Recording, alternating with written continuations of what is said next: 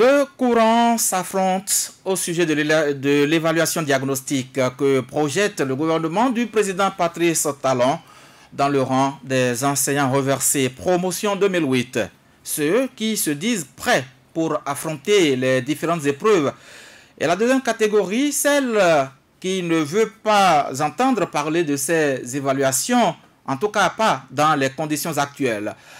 C'est dans cette atmosphère que le gouvernement entreprend une tournée dans nos départements. Dans un courrier adressé aux directeurs départementaux de l'enseignement secondaire, signé du ministre Kako Maouyon, il est demandé la mobilisation pour accueillir la délégation interministérielle. Et le courrier dit ceci. Dans le cadre de l'évaluation des connaissances professionnelles des enseignants de la maternelle, du primaire et du secondaire général prévu pour le samedi 24 août 2019, le comité interministériel suivi bien entendu présidé par les ministres des enseignements maternels, primaires et du secondaire, organise une tournée gouvernementale de sensibilisation des acteurs de l'école sur la dite évaluation. À cet effet, je vous demande, et parlant donc aux directeurs départementaux, de bien vouloir vous impliquer pour la mobilisation des chefs d'établissement, des conseillers pédagogiques, des enseignants pour la réussite de la tournée qui se tiendra dans les chefs-lieux des départements. Les séances de sensibilisation réuniront les maires, les élus locaux, les associations des parents d'élèves, les enseignants de la maternelle, du primaire et du secondaire général public, les ONG du secteur de l'éducation concernée. Et dans ce cadre, une feuille de route est élaborée et qui doit conduire ce mardi 13 août 2019, la délégation interministérielle à Porto Novo. C'est la salle des fêtes du lycée Bianzin qui doit accueillir la rencontre qui démarre à 9 h. Pour le débat de ce lundi, deux invités. L'un, Innocent Godonou, partisan de l'évaluation diagnostique, il est membre du mouvement des forces républicaines. Il porte la voix de ces enseignants de cette promotion qui entendent aller composer le 24 août prochain. Et l'autre, Jean-Marie Noumonvi, enseignant, syndicaliste de la promotion 2008, il opte pour le boycott. Alors, Innocent Godonou, oui, vous êtes pour cette évaluation diagnostique. Alors, sur quelle base vous vous fondez, Monsieur Innocent Godonou? D'accord, merci. Je dois préciser que le mouvement des forces républicaines regroupe les enseignants de différentes catégories. Alors, il y a les enseignants du primaire, du secondaire et du supérieur. Il y a les ACE 2008, il y a les ACE 2012, en tout cas tous les ACE y compris. Et donc, nous nous basons sur le principe que, au sein du mouvement des forces républicaines, nous sommes des légalistes. En ce sens que la décision qui a été prise d'abord par le chef de l'État est une décision qui tend à améliorer véritablement la qualité de l'éducation au Bénin. Et vous savez très bien qu'il y a un relevé des conclusions issues de dialogue, en tout cas des concertations entre le ministre, les deux ministres et puis les représentants syndicaux. Et puis ce document a été signé. Et peu après, il y a aussi le relevé de Conseil des ministres qui a été aussi signé et qui a véritablement donné toute la valeur à l'organisation de cette évaluation diagnostique, Monsieur Avala. Donc c'est sur ces principes-là, sur en réalité l'importance, l'authenticité de la décision du gouvernement en place que nous nous sommes basés pour dire qu'il est très important, indispensable de participer à cette évaluation diagnostique. En quelque sorte, vous êtes rassuré de cette décision prise par le gouvernement en ces termes? Absolument. Qui sommes-nous pour aller contre, en réalité, les décisions du pouvoir public? Puisque, en réalité, que le gouvernement, le président de la République du Bénin, au niveau de la constitution béninoise, oui, en son article 54, confère à notre président et le pouvoir réglementaire. C'est-à-dire, il dispose de l'administration béninoise et c'est lui qui fixe les orientations. Et donc, c'est fort de cela qu'il a voulu quand même essayer de réorganiser le secteur pour le bonheur de tous les acteurs et pour l'avenir de notre pays. Jean-Marie Noumovi, réorganiser le secteur de l'enseignement pour le bonheur de ses acteurs, et ça commence par la promotion 2008 qui sera évaluée. Date fixée, samedi 24 août 2019. Vous n'êtes pas pour? Ah voilà, je te remercie infiniment, mais je suis un peu triste ce soir. Triste parce que je comprends mon vis-à-vis, à travers son nom, il est vraiment innocent. Innocent de tout ce qui se passe dans le sous-secteur de l'enseignement, parce que pour lui, le chef de l'État est le Kilimanjaro qui pense tout et qui peut tout faire. Il a donné toutes les garanties. Alors, d'entrée de jeu, je voudrais dire à mon contradicteur que les enseignants n'ont jamais refusé une évaluation. On a toujours fait les évaluations, mais on refuse évaluation, licenciement. C'est ça le problème. Bon, Innocent est de la promotion 2014. Oui. Donc en réalité, il n'est pas concerné. Il faut que les auditeurs sachent cela. Mais il est d'un mouvement qui a également en son sein des enseignants de le mouvement est créé quand ce sont des mouvements circonstanciels, des gens qui on a regroupé pour combattre les enseignants. Alors, permettez-moi quand même d'aller un peu au fond du sujet, parce que s'il ne le sait pas, l'école est régie par des tests. Parce que tout ce que nous faisons, c'est par rapport aux tests.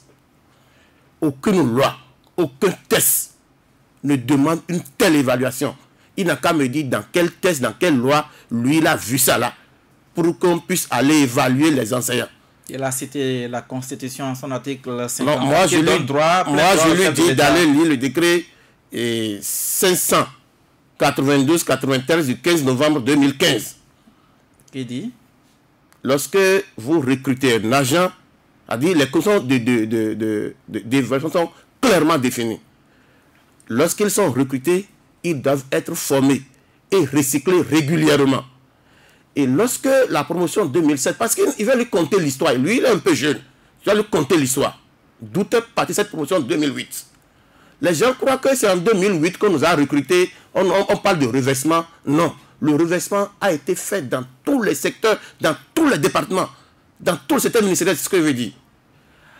Moi j'ai commencé par exemple en 2002-2003, c'est en 2000, c'est à l'avènement du président Yahi Boni. Il y a des gens qui ont commencé bien avant moi, 10 ans avant, 15 ans avant, je ne sais pas, qui étaient là déjà sur le terrain, qui ont vendu toute leur jeunesse, à s'occuper des questions de l'école.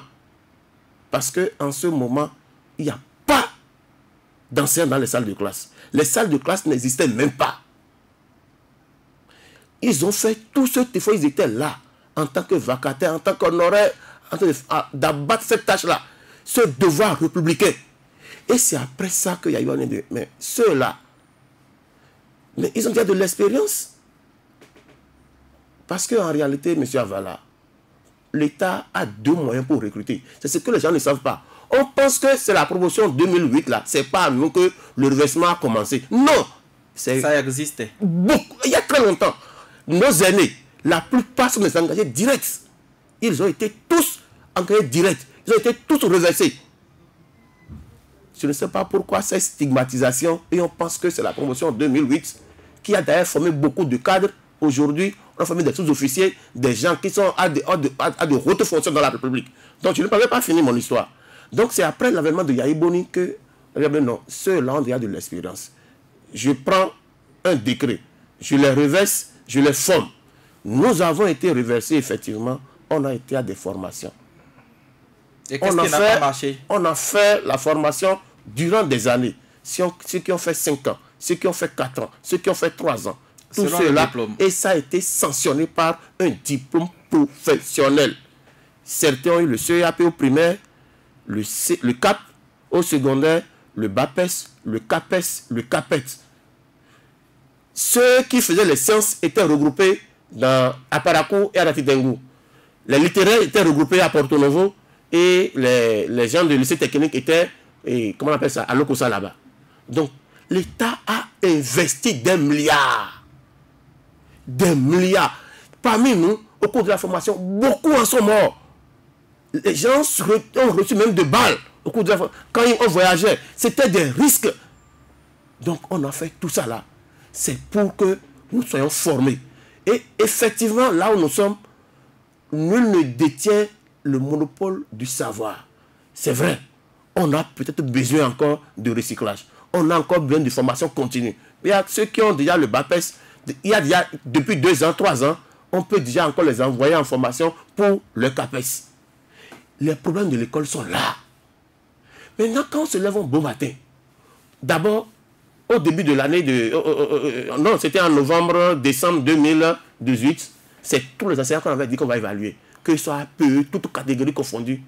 Et petitement, on s'éloigne, on s'écarte. Et c'est finalement... Ça veut dire que l'objectif, c'était la promotion 2008. C'est le plus grand nombre. C'est le plus grand nombre. Non, en fait, est-ce que c'est une question de grand nombre? Parce que le besoin est encore là. Et ce que vous ne comprenez pas, que vous expliquez ce soir, c'est que à l'heure où je parle, l'école a besoin encore de près de 22 000 enseignants pour satisfaire et le primaire et le secondaire. Pour être juste dans les chiffres, 21 759 enseignants pour combler le vide aujourd'hui. Vous n'êtes pas le ministre en charge de l'enseignement. Mais ça va là. Je vous dis, à l'heure actuelle, là où nous sommes aujourd'hui, je ne sais pas si vous avez suivi un enseignant au cours de sa carrière, comment il est formé. Préparer le CEAP, le CAP ou le BAPES ou le CAPES, c'est très difficile et très compliqué. Moi, je m'indigne du comportement des propos de certaines autorités de ce pays. En premier, le ministre de l'enseignement primaire, de maternelle et primaire, Karim, Salman Karim. Vous savez, lui, à l'époque, il était formateur. Salman Karim était formateur. Il a participé à la formation. Il était membre du jury toute la nuit. Et le document que je vous présente ce soir, c'est ce document qu'il avait vendu à tous les stagiaires à l'époque. Et c'était à 4500. Si tu n'as pas ça, tu ne passes pas ton examen. Tout, il a ramassé des millions de francs, sinon des milliards de francs. Non, mais c'est une œuvre. Attendez là. Et c'est aujourd'hui que lui trouve que l'enseignant que lui l'a formé n'est plus utile. Non, le débat est ailleurs. Le débat, c'est qu'on veut licencier simplement les enseignants. Nous parlons de donner les moyens de nous licencier. Au fait, si mon vis-à-vis doit comprendre ceci, quelle évaluation fait pour chasser les gens, pour licencier les gens? Jean-Marie Noumonville, le gouvernement n'a pas dit qu'il chasserait ceux qui n'auraient pas la moyenne requise. Ah, ok, je vous prends au mot là. Parce qu'ils ont dit qu'à l'issue de l'évaluation, il y aura 2 catégories. Ah, on y reviendra tout à l'heure, Jean-Marie Noumonville. Alors, vigile avancé, voilà, de positions contradictoires que vous avez suivies. C'est normal hein, que les positions soient contradictoires, comme le fait remarquer Patrice Savala. Pour moi, c'est le gouvernement qui n'a pas pris toutes les mesures, n'est-ce pas, avant de lancer cet examen ou cette évaluation. Qu'est-ce que c'est que l'état des lieux? L'état des lieux, c'est ce que nous avons tous déploré, que l'école n'est pas, l'école ne donne plus, n'est-ce pas, les produits qu'on aurait espéré, n'est-ce pas, pour opérer dans la société, que les enfants sont mal formés, que les enseignants ne sont pas de qualité, qu'il n'existe pas d'infrastructures adéquates, que les programmes soient réévalués. Beaucoup de problèmes. Mais c'est le gouvernement qui a la politique de réorganiser tout ça. Oui, la Constitution confère ce droit-là au chef de l'État. Et puis, il a dit, OK, nous allons procéder par l'évaluation des enseignants. Ils ont commencé, il a eu un certain nombre d'échecs, tout au moins dans le primaire. Il a eu un premier échec. Puis, l'évaluation s'est déroulée. On connaît les résultats, 98% d'enseignants, disons, qualifiés pour pouvoir, n'est-ce pas, poursuivre la mission. l'état des lieux, c'est que en temps, ces enseignants, il y a une catégorie qui ont été d'enseignants qui ont été reversés, comme on dit, en 2008. Et non seulement ils ont été reversés, mais ce qu'on ne dit pas assez, c'est que ces enseignants-là ont été formés. Ces enseignants-là ont été formés dans des diplômes professionnels d'enseignants, qui le CEAP au primaire, qui le CAP, n'est-ce pas, qui sont des diplômes d'enseignement au primaire, au secondaire, qui le BAPES, qui le CAPES, qui le CAPET, et voilà, pour ceux de technique, le BABET, pour ceux de technique toujours. On a quand même trouvé, et cela, il faut être honnête, non pas sans raison, que ça ne va pas toujours. Que les enseignants ne répondent pas toujours, que tous les enseignants ne savent pas toujours ce qu'ils enseignent. D'accord, mais ils ont été tous à l'école. En temps, quand ils ont été reversés, ils ont été à l'école, ils ont obtenu les diplômes. Si on devait les arrêter, de mon point de vue, c'est à l'école qu'on aurait dû les arrêter, ils n'auraient jamais dû obtenir ces diplômes. Insuffisance de travail. Ils n'auraient jamais été qualifiés pour le métier d'enseignement, ils n'auraient jamais obtenu les diplômes d'enseignement. Mais bon, je ne sais pas comment ça s'est passé, mais pour la plupart, vous me démentirez, Jean-Marie, ils sont passés. Il se trouve que les enseignants qui ont été reversés, c'était le gouvernement de Boni Yahi qui l'avait opéré. Il se trouve également que ces enseignants ont été reversés en 2008. Et que même après 2008, surfant sur cette vague d'opportunités, n'est-ce pas, des gens ont saisi cette opportunité, ont mis dans le lot qui sa copine, qui les cousins au village, qui élevait de ceci, qui coiffeuse de ceci ou coiffeur de cela. Ils ont fait tout ce qu'ils veulent. Les nouvelles que j'ai, c'est que il a même eu des reversements, plus de 200 reversements opérés, n'est-ce pas, pour les tout derniers en 2015, alors que ça a commencé en 2008. Donc, véritablement, il a des problèmes. Il y a des problèmes sur le terrain. Tout au moins, ceux-là qui n'étaient pas enseignants, ceux-là qui n'étaient pas destinés à enseigner, qu'on a pu mettre dans le lot, n'est-ce pas, et qui ne seraient pas sensibles à cela, quels parents d'élèves ne seraient pas sensibles à cela, vont détruire davantage le niveau des enfants quand on considère qu'un enfant, il est supposé, disons, vierge et va acquérir du savoir, qui sont en train d'aggraver le niveau de ces enfants-là, en surtout, ça c'est la plus honte, la honte la plus grande pour un enseignant, de ne pas savoir ce qu'il enseigne, parce qu'il en a dans le lot, Jean-Marie. Il en a dans le lot, n'est-ce pas, qui ne savent pas ce qu'ils enseignent. Qu'on peut démasquer. Qu'on peut démasquer. Si je dis, et vous ne me démentirez pas, si on a ramassé des gens au bord de la voie pour venir enseigner, attendez, d'accord. Si on a ramassé des gens au bord de la voie pour enseigner, on a politisé, et tout le monde le sait, ça court les rues, même les syndicalistes le disent, Jean-Marie, a commencé par Jean-Marie. Mais avec cet état des lieux, est-ce qu'un gouvernement sérieux qui veut aller à bon port se précipite à la veille des vacances comme ça, et surtout après la rentrée. Pardon, à la veille de la rentrée, et surtout après autant de tentatives qui ont tout l'air, n'est-ce pas, de menaces contre ces enseignants-là, dans un contexte où on a fermé telle société, on a licencié tel nombre d'agents par ceci, par là, où le contexte n'est pas au recrutement, mais plutôt au dégraissage, où on dit à ces enseignants, sans leur avoir véritablement parlé, sans les avoir mis en confiance, on dit, ça y est, venez. Venez, on va vous évaluer. Les meilleurs, vous continuez. Les moins bons, on vous reconvertit. Et puis, après les enseignants hésitants, montrant leurs doutes, le ministre sort et comme s'il avait déjà dans son casier au ministère ou je ne sais où, déjà le schéma tout fait, il ose lâcher ceci que ceux-là qui vont réussir, oui, ils vont continuer, mais le gros lot de ceux-là qui ne vont pas réussir, le gros lot va être reconverti. Mais le gros lot de quoi? On n'a même pas encore composé, vous dites le gros lot. Vous avez déjà les résultats. C'est là la crainte? Mais c'est l'une des craintes. Disons, ça ne fait que nourrir davantage ces craintes-là. Fonder, n'est-ce pas, ces craintes. Moi, je trouve que ce qui est dommageable dans cette histoire, moi, je ne suis pas contre l'évaluation. Et sans doute, quand vous les écoutez les enseignants, voilà, ils ne sont pas non plus contre l'évaluation. Jean-Marie Noumonvi nous dit que ce n'est pas de cette façon que ça se fait, l'évaluation. Donc aucun test ne la régit au Bénin.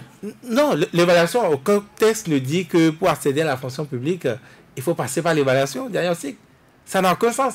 Parce que, oui, ils vont le faire, mais même un autre régime viendra mettre cela en question. En attendant de revenir sur la catégorisation de ces enseignants après évaluation, Innocent Godonou, vous avez écouté Jean-Marie Noumonvi, vous avez envie de répondre à quelques interpellations? Absolument. Et d'abord, le débat n'est pas un débat de jeunesse. Je dois... Rapprochez-vous du micro. D'accord, merci. Je dois préciser à M. Noumonvi que j'ai frôlé le reversement. En 2007. J'ai commencé en 2007, effectivement. Mais il y avait quelques problèmes qui ont fait que je n'ai pas été reversé. Mais je dois aussi lui annoncer qu'en 2012, j'étais allé à Parakou dans le cadre d'un séminaire, puisque en ce temps, je travaillais pour une institution internationale, la GIZ. J'ai eu la chance de rencontrer un ami avec qui j'ai fait l'université, qui a terminé en 2008 comme moi, mais qui m'a invité chez lui et qui me disait qu'il a été reversé. Je lui ai dit, quoi? Tu as été reversé? Il dit que c'est un reversement spécial. C'est vrai qu'en son temps, ça m'a un peu touché, mais comme moi j'ai reçu comme éducation que tout ce qui arrive, bon, c'est forcément le plan de Dieu ou bien que mon heure n'a pas encore sonné. Et c'est en 2014 j'ai eu la chance de rentrer dans la fonction publique. Alors, c'est pour dire en réalité que ce n'est pas une affaire de jeunesse, il s'agit en réalité de l'avenir de notre pays et l'avenir de nos apprenants. Et nous sommes sur un terrain hautement juridique. Et quand on décide par exemple de boycotter une évaluation diagnostique, moi je pense que c'est illégal. Illégal en ce sens où j'ai fait allusion à l'article 54 qui permet au chef de l'État de disposer de l'administration. Et quand on parle de l'administration, il y a aussi l'administration scolaire. Alors, si du côté de M. Jean-Marie Noumonvi, il pense que cette évaluation diagnostique est illégale, mais en réalité, il devrait pouvoir faire appel à un juge administratif, puisque nous sommes dans le contentieux administratif. Et c'est un juge administratif qui est habilité à déclarer l'illégalité en réalité de cette évaluation diagnostique-là. Et donc, nous sommes sur aussi un terrain de raisonnement juridique. Et le boycott est pour moi illégal parce qu'il a l'article 234 du statut général de la fonction publique qui stipule que le boycott est une faute et une première faute administrative et la désobéissance surtout peut conduire à une rupture de contrat, à un licenciement.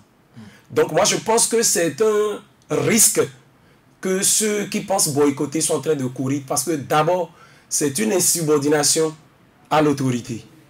Et nous sommes tous des enseignants, nous devons être véritablement des modèles. Puisque en classe, nous avons des apprenants et nous les apprenons justement la discipline, le respect de l'autorité. Donc je voudrais aussi parler de ce que M. Awassé a dit par rapport au reversement. Il sait que le reversement apporte beaucoup de dysfonctionnements. Et dans mes propos liminaires, j'ai dit que nous sommes légalistes.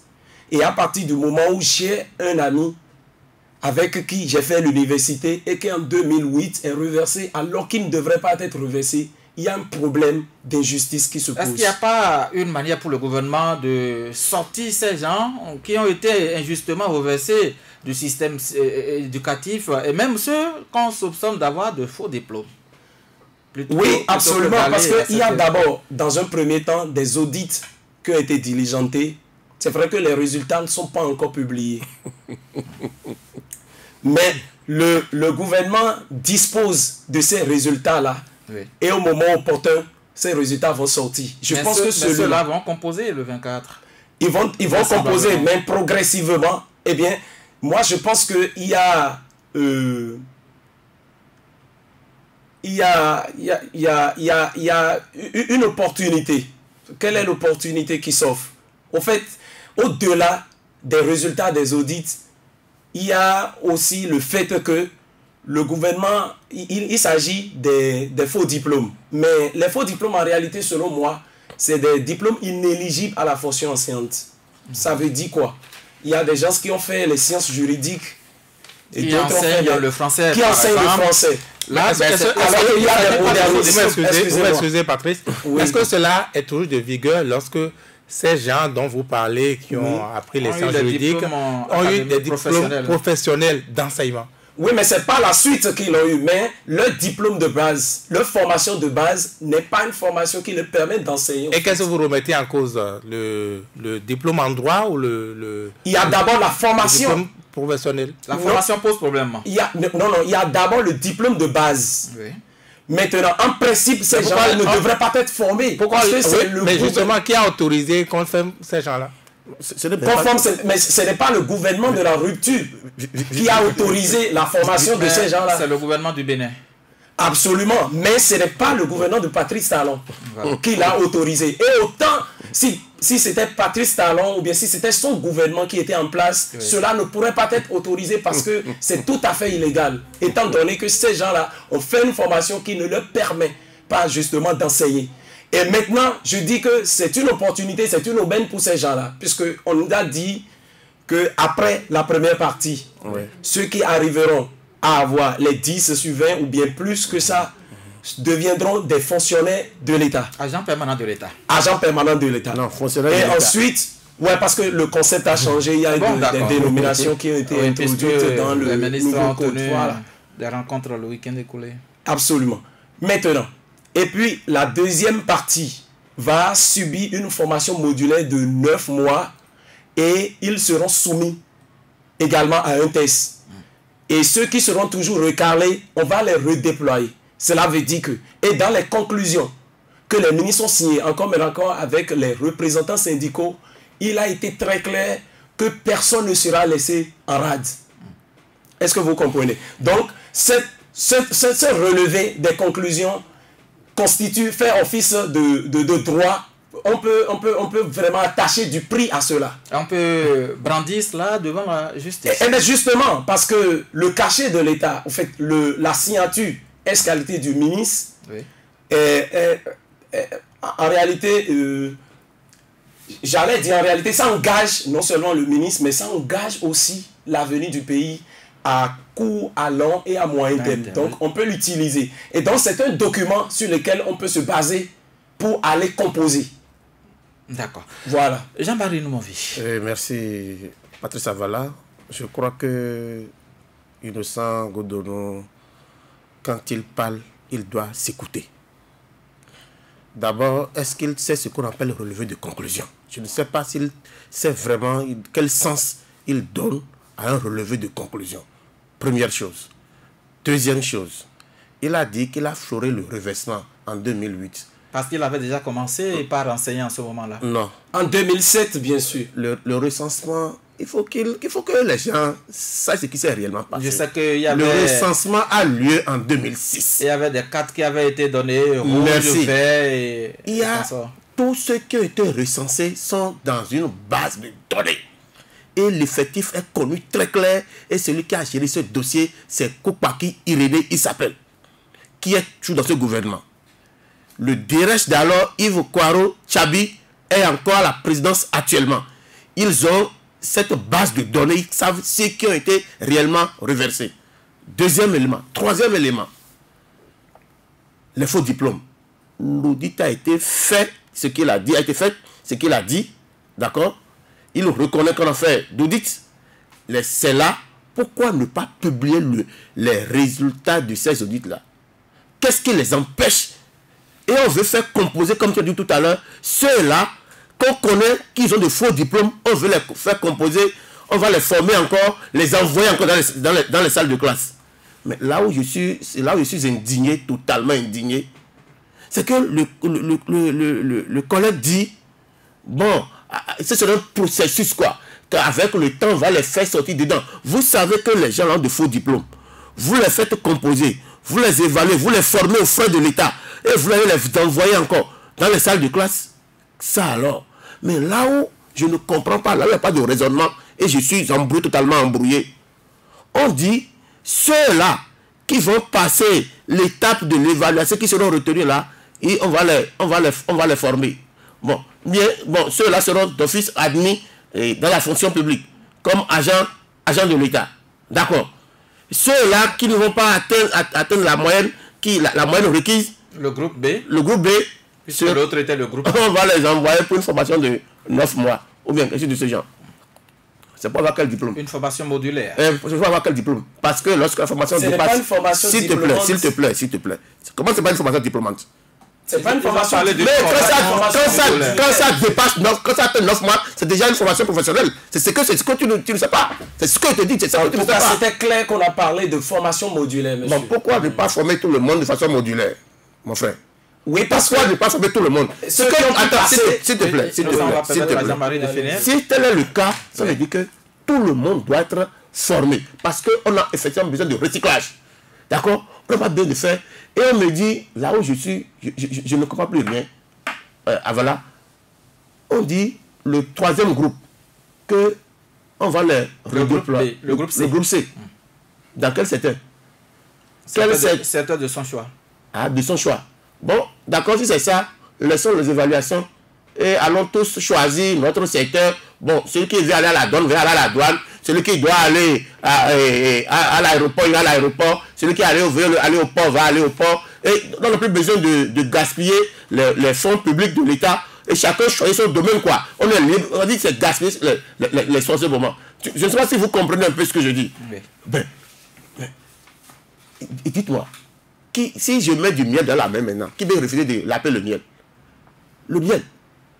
Est-ce qu'on a besoin de sensibiliser quelqu'un, demander pardon à quelqu'un, viens l'appeler le miel? Tout le monde sait que le miel est doux. On ne peut pas même pas sensibiliser quelqu'un pour aller venir l'appeler le miel. Si on sensibilise autour du miel, viens le miel c'est bon, viens l'appeler, ça veut dire que c'est un miel empoisonné. Le choix du gouvernement, c'est un cadeau empoisonné. Nous refusons d'aller nous faire évaluer cette évaluation-là, et nous assumons toutes les choses, parce que nous sommes confiants que aucun test ne leur droit de nous évaluer de toute façon. Et nous allons gagner ce procès. Nous sommes confiants. Vous allez à la rencontre de ce mardi au lycée? Mais bien sûr, nous serons au rendez-vous. Nous serons au rendez-vous parce que ceux-là qui vont venir nous sensibiliser, ces députés, ces chefs d'arrondissement qui ont déplacé le terrain là, ils étaient où? Ils ne savaient pas que l'école était malade? Non. Le problème de l'école n'est pas à ce niveau-là. Le problème de l'école, aujourd'hui, c'est ailleurs. Le problème de l'école, c'est le personnel enseignant qui manque. Il y a un manque criard du personnel enseignant dans les écoles. Quelle infrastructure? Il y a les infrastructures qui manquent. Qui manquent aussi, oui. À côté de nous ici. Ça fait déjà plus de 2 ans, 3 ans. Je prends votre tronçon ici. L'école primaire de Séméga, décoiffée par la part au cours d'une pluie là. Ça fait déjà plus de 3 ans, c'est là. Les enfants sont sous la pluie là. C'est à côté de nous, c'est à ce repos ici. La fini par réparer. Non, du tout pas. Je refuse. Avant de préparer ça de glace, effectivement, qui fait d'eau. Oui. À la voie. Oui, c'est toujours là. Je végète, je refuse, c'est toujours là. Ça fait déjà plus de 3 ans, c'est là. Depuis qu'ils sont arrivés là, ils ont construit quelle salle de classe? Ils ont peur de nos rappels. Nos reclassements sont là. C'est ça le problème aujourd'hui. Les enseignants ont besoin de leur rappel, de leur reclassement. Les enseignants ont besoin d'être dans de meilleures conditions pour faire le travail. Oui, d'accord. Et oui, en attendant, Innocent Godonou, nous allons entendre Vigile sur les 2 préoccupations que vous avez abordées. Avant que Vigile ne prenne la parole, s'il vous plaît, oui. Quand on parle d'évaluation diagnostique, au fait, ce n'est pas pour licencier. c'est pour, parce qu'au début, même eux-mêmes nous ont dit, c'est pour voir nos besoins. Mais on n'a jamais parlé de licenciement, s'il te plaît. S'il te plaît. Allons-y. C'est les besoins. Oui. Mais après 98% de succès. Vous voulez parler du primaire? Mais qu'est-ce qui...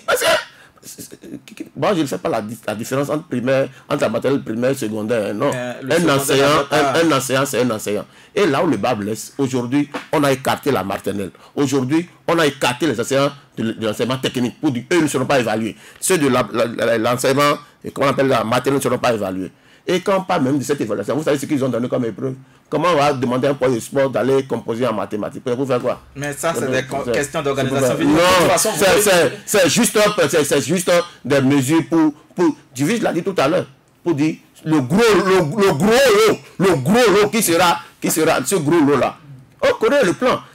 Ils ont dit à leur liste, ils ont dit à leur plan, ils veulent nous injecter, on n'a pas l'occasion de nous injecter. Nous serons dans la fonction. On a vendu, on a sacrifié notre jeunesse pour construire ce pays avant leur arrivée. Ils étaient où quand l'école était en souffrance? Ils étaient où ceux-là? Oui.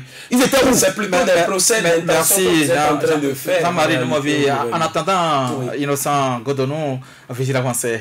Mais je répète encore que le gouvernement aurait anticipé, aurait tiré leçon, n'est-ce pas, des premières évaluations, qu'on n'en serait pas là.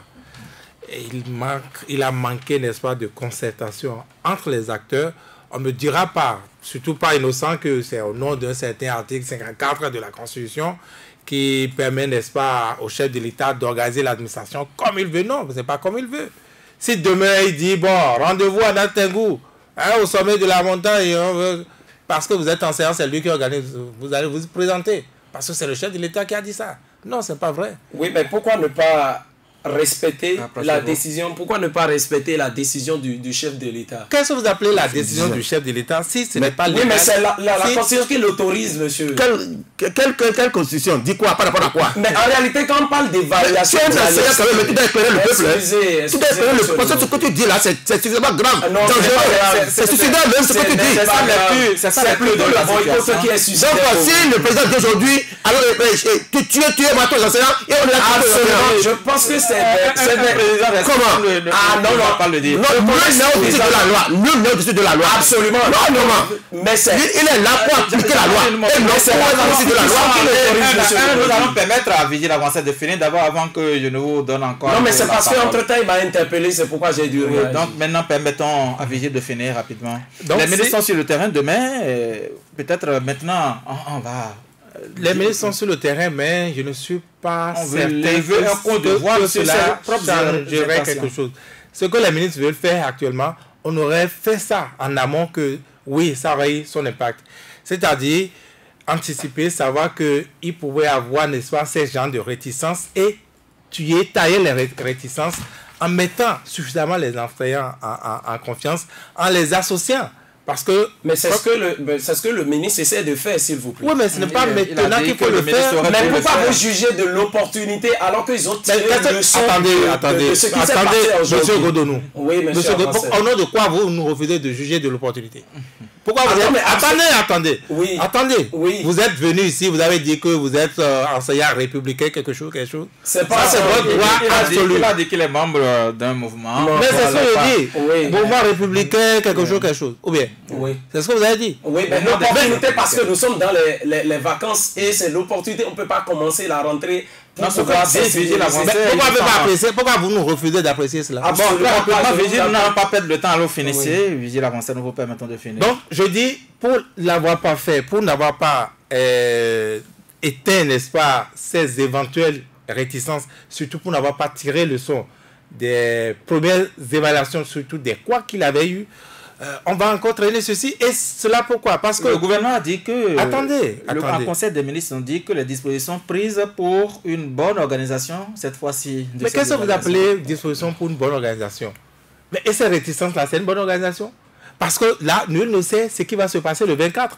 Si les enseignants boycottent en majorité, mais ils ont boycotté en majorité, le gouvernement, comme au précédent d'évaluation, n'aura qu'à constater et revenir, refaire, n'est-ce pas, l'évaluation. Il n'y aura rien d'autre à faire. Il va en souffrir, mais il ne peut rien faire. En tout cas, attendez quelques secondes. Oui. Donc, pour moi, il fallait régler ces préalables-là d'abord. Ne l'ayant pas réglé, vous avez vu ce qui s'est passé, c'était quand même, ils ont fait le bilan, c'est des millions qui ont été dépensés pour faire cette précédente évaluation qui a échoué. Oui. C'est l'argent du contribuable qui a été dépensé ainsi, et ça, c'est pas une bonne gouvernance que de l'avoir fait. Et cette fois-ci, ça échoue, ça va être également la même chose. Et eux également, ce n'est pas une bonne évaluation, c'est nous qui évaluons également par ailleurs.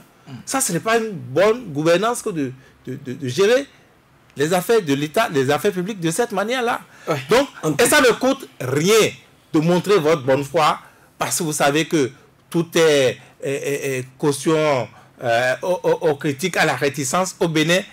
Mais bon, comme on a vu pour les réformes comme ceci, comme cela, rien. Il n'y a pas de pédagogie, il n'y a rien, on dit qu'on n'en a pas le temps. Mais on n'en a pas le temps, on risque de casser les pots. On est là à la veille de la rentrée et ça va aggraver, n'est-ce pas, les incertitudes habituelles, traditionnelles à la veille de la rentrée. Oui. Nous allons maintenant répartir les tâches, les tours de parole. Il ne nous reste que 4 minutes. Chacun aura 1 minute sur le plateau. Innocent Godonou. Merci beaucoup, M. Avala. Je dois toujours dire que nous sommes sur le terrain juridique. Et quand M. Mouvi... Parlez dans le micro, s'il vous plaît. Merci. Et quand M. Mouvi affirme qu'ils vont gagner le procès, moi, le procès est d'abord... Vous faites droit à la caméra. Ah, pardon. Voilà. Excusez-moi. Alors, donc, si il dit qu'ils vont gagner le procès, en réalité, il s'agit de quel procès? C'est le juge administratif qui devait démontrer l'illégalité de cette évaluation. Il ne faut pas faire des procès d'extension. C'est ce que je suis en train de comprendre ici. On s'est versé dans les spéculations. Donc, pour vous, tous les enseignants de la promotion 2008, de toute façon, au niveau du MFR, le mouvement des forces républicaines, nous sommes d'abord des enseignants qui militent pour la qualité. Et pour qu'il y ait la qualité, il faut forcément l'évaluation diagnostique pour diagnostiquer le mal. Je n'ai pas encore fini, s'il vous plaît. Pour diagnostiquer le mal. Oui. Et le mal, on ne veut pas en réalité licencier.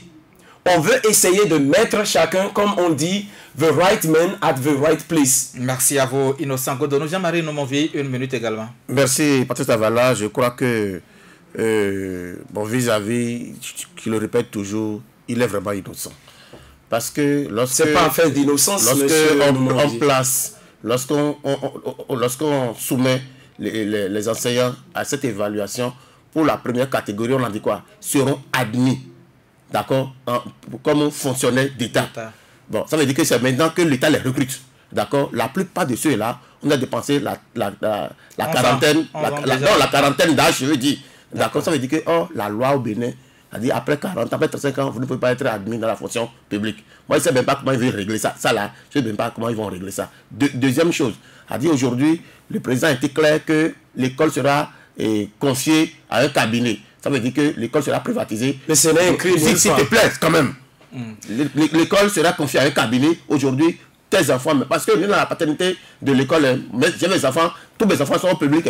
Ça veut dire qu'aujourd'hui, tes enfants, mes enfants, vont payer 50 000, 60 000 pour cette école-là. C'est-à-dire, c'est comme les sociétés de gardiennage de son train et consort là, on confie l'école à ceux-là, et c'est une sous-traitance, quoi. C'est eux qui vont gérer désormais l'école. Et finalement, c'est pas pour l'évaluation diagnostique. J'invite tous les collègues, j'invite tous les enseignants de la maternelle, du primaire et du secondaire d'être unis pour le boycott total à 100%. Merci. Demain, nous sommes au lycée Béanzin pour aller accueillir la délégation gouvernementale. Et ça, c'est très clair. Ils vont nous recevoir, nous expliquer ce qu'ils ont de nouveau à nous proposer. Ce qui est sûr, nous allons gagner. Vigile avancé. Donc, je répète, je sens et ça se voit que la réflexion n'a pas précédé, n'est-ce pas, cette initiative d'évaluation. Un seul exemple. On dit qu'on a fait un audit et qu'il y aurait de faux diplômés. Je vous conseille ça, Innocent, on va évaluer tout le monde. Mais si ces faux diplômés-là, passaient au premier coup. Et puis qu'est-ce qu'il vous dit qu'ils vont passer? Mais pourquoi ils vont pas passer? Vous êtes vraiment innocent, mon cher Innocent. Non, mais ils vont pas passer. Les deux probabilités sont... Mais oui, quand vous allez, vous pouvez réussir. Le contre sont là. Non, mais si vous avez réussi, c'est là que vous avez dit. Oui. Si ces faux diplômés vont à la... Le faux appel, le faux... Ne mêlons pas la politique à l'enseignement, à l'éducation. Excusez-moi, on ne peut pas gérer l'enseignement. Vous permettez, je vais clôturer l'émission. Moi, je pense que quand le gouvernement, je ne sais pas si c'est une chance d'avoir des enseignants qui se dégagent pour le soutenir ainsi. Absolument. Quand vous avez cette opportunité, donnez-les de bons conseils. J'ai commencé par dire ici que l'évaluation est nécessaire. Vous m'avez entendu dire ça? Ah oui. Mais il y a des préalables. Si vous ne le faites pas, vous ne posez pas les pas qu'il faut. Vous allez tout gâter. Est-ce que c'est cela que vous voulez? Mais c'est les préalables qu'on est en train de faire. Non, vous dites que le gouvernement a décidé que c'est bon et c'est bon. Merci à vous, Vigile Avancé. Oui, mais c'est bon parce que malheureusement, nous allons clôturer cette émission. Vigile Avancé, Jean-Marie Noumovi, Innocent Godonou. Merci à vous également de nous avoir suivis de bout en bout. Une émission mise en onde par Georges Kwanou. Je vous donne rendez-vous demain pour un nouveau numéro. Bonsoir.